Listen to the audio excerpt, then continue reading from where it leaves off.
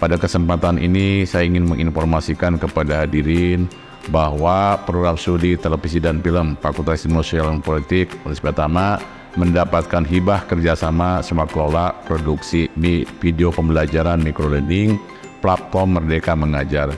Baik, karya yang dihasilkan itu ada 37 video pembelajaran yang diproduksi dalam kurun waktu 6 bulan. Kolaborasi menjadi satu keyword yang sangat penting. Proyek ini datang dari Kementerian Pendidikan dan Kebudayaan melalui Ditjen GTK bekerja sama memproduksi video pembelajaran ya microlearning sebanyak 300-an video gitu ya. Saya sebagai kaprodi waktu itu gimana caranya si proyek ini kita bisa dapat gitu ya, sampai di akhir proses seleksi itu ya alhamdulillah kita lolos bersama dengan beberapa PTS lainnya di Indonesia. Dan di Jawa Barat itu ya kita satu-satunya yang wakil Jawa Barat. Memang dari awal proyek ini merupakan sebuah proyek kolaborasi dosen dengan mahasiswa. Di sini ada terlibat 3 fakultas, ada fakultas FISIP dan ada fakultas Ekonomi dan Bisnis. Kami mengkoordinir dari mulai SDM terdiri dari dosen yang kompetensinya jelas di bidang motion grafik. Pengkoordinasian di awal memang ada tes dulu ya, yang daftar dari mahasiswa cukup banyak. Nah, ada seleksi dari koordinator dosen, dalam hal ini sutradara ya. Jadi sebenarnya kalau di tipe 3 sih menurut pandangan aku dia lebih lengkap gitu. Jadi dia ada mewakili tipe 1, tipe 2, dan tipe 3. Oke, persiapannya sih kalau di tipe 3 banyak banget ya. Apalagi di praproduksinya gitu ya. Pertama kita harus benar-benar bedah naskah tuh supaya kita tahu kebutuhan talentnya ada berapa orang, berapa talent yang kita butuhkan di setiap naskahnya, dan juga kriteria apa aja yang dibutuhkan di naskah itu untuk talentnya. Prosesnya dimulai ketika kita melakukan casting untuk presenter. Tipe 1 itu adalah presenter dan animasi. Selain itu juga kita membuat storyboard, kemudian melakukan pembuatan stilometik. Dari stilometik itu dibuat menjadi ilustrasi tersebut kemudian dibuat menjadi animasi. Lalu digabungkan, dikompositing bersama hasil stilometik yang sudah dibuat oleh editor, dan itu menjadi final produk dari video tipe 1. Dari dosen ngasih naskah ke tim storyboard, dan storyboard mengerjakannya, dan kami tim ilustrator mengerjakan ilustrasinya untuk di-motionkan nanti. Tektokannya via WhatsApp aja sih. Oke, karena kita tuh tipe 2 ya, lebih banyak di motion graphic kan, full motion graphic malah. Jadi kita sebenarnya tidak melewati proses syuting di luar. Artinya kita bekerja, kita pakai ruangan, kita pakai laptop, kita pakai alat-alat yang ada di ruangan lah, kita nggak pergi keluar.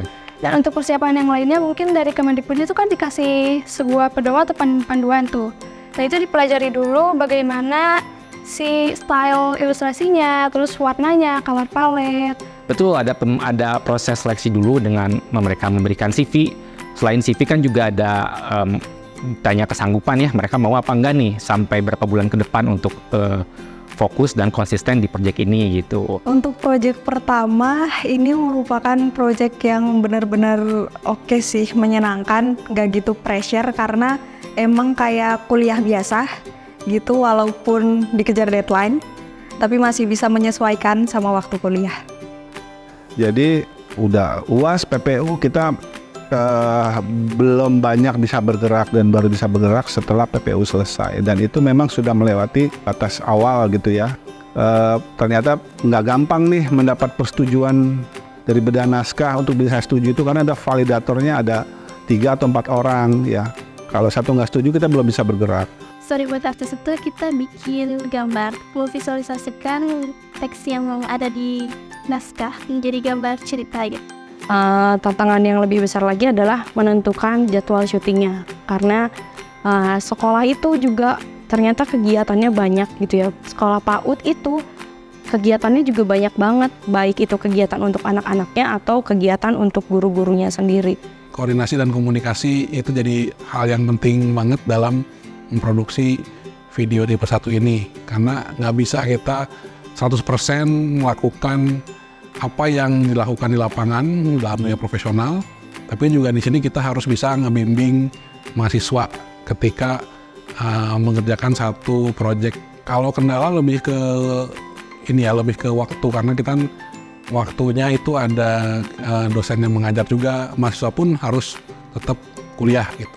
Pada umumnya aja sih, kalau di animator ya menganimasikan aset yang udah dikasih sama ilustrator gitu. Jadi ya aku cuma menganimasikan aja, kayak misalnya tangannya digerakin, kepalanya digerakin gitu sih. Hingga bagaimana teks yang akan dimunculkan di video. Lalu kalau sudah selesai, saya menggabungkan semuanya dari animasi, video, di teks, juga audionya.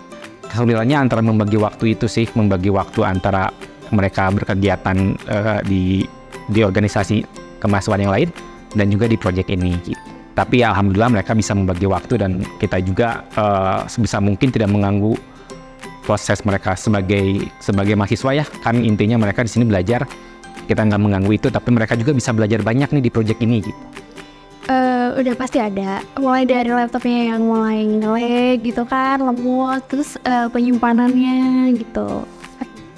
Buat kendala sih nggak ada, karena overall kalau misalnya kayak revisi gitu itu normal kan, ada revisi, terus juga editannya nggak terlalu rumit lah gitu. Saya sih kesannya ini ternyata anak-anak ini meskipun mereka tidak terbiasa di depan kamera, ternyata mereka bisa menghafal gitu ya, dan memang itu ada readingnya dulu gitu.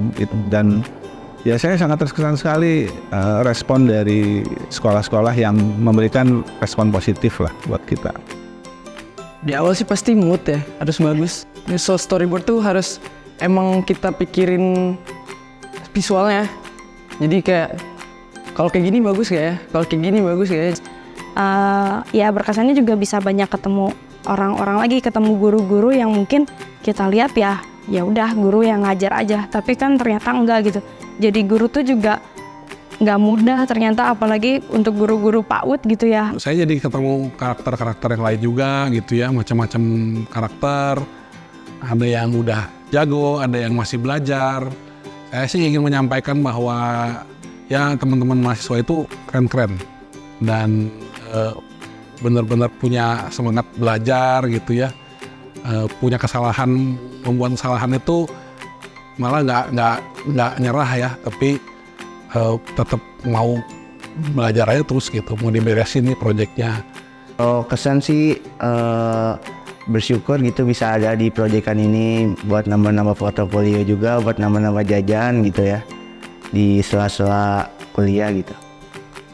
Ya kalau bisa sih dapat proyek lagi ya gitu, dari sini atau dari luar juga. Sukanya itu saya secara sebagai dosen gitu bisa lebih dekat dengan mahasiswa, bisa bercerita banyak di luar proyek gitu. Kita mempunyai, akhirnya ada karatan khusus lah gitu antara saya dengan anak-anak ini. Proyek ini menjadi ajang kawasan Chandra di Muka buat kita semua, wabil khusus buat mahasiswa sebagai tempat belajar. Karena di sini kita belajar menjadi profesional ya, mendapat pekerjaan dari pihak lain yang menginginkan hasil yang terbaik, dan itu yang tentu saja harus diwujudkan gitu ya. Baik, harapannya kegiatan kerjasama ini berlanjut ya, karena tadi sangat banyak manfaat yang dirasakan oleh berbagai stakeholder, dan juga yang berikutnya juga menjadi inspirasi ya bagi media pembelajaran yang harus dikembangkan dalam pembelajaran di kampus. Mudah-mudahan kegiatan ini menjadi prestasi bagi kita untuk selamanya ke dalam konteks yang berprestasi, dan menjadi ilmu yang bermanfaat bagi adik-adik mahasiswa untuk bekal kelak pada kehidupan yang akan datang. Dan saya juga membuat apresiasi kepada mitra-mitra yang terlibat baik eksternal maupun internal. Terima kasih atas dukungannya baik moral maupun material atau tenaga dan pikiran. Itu saja yang ingin kami sampaikan. Sekali lagi terima kasih.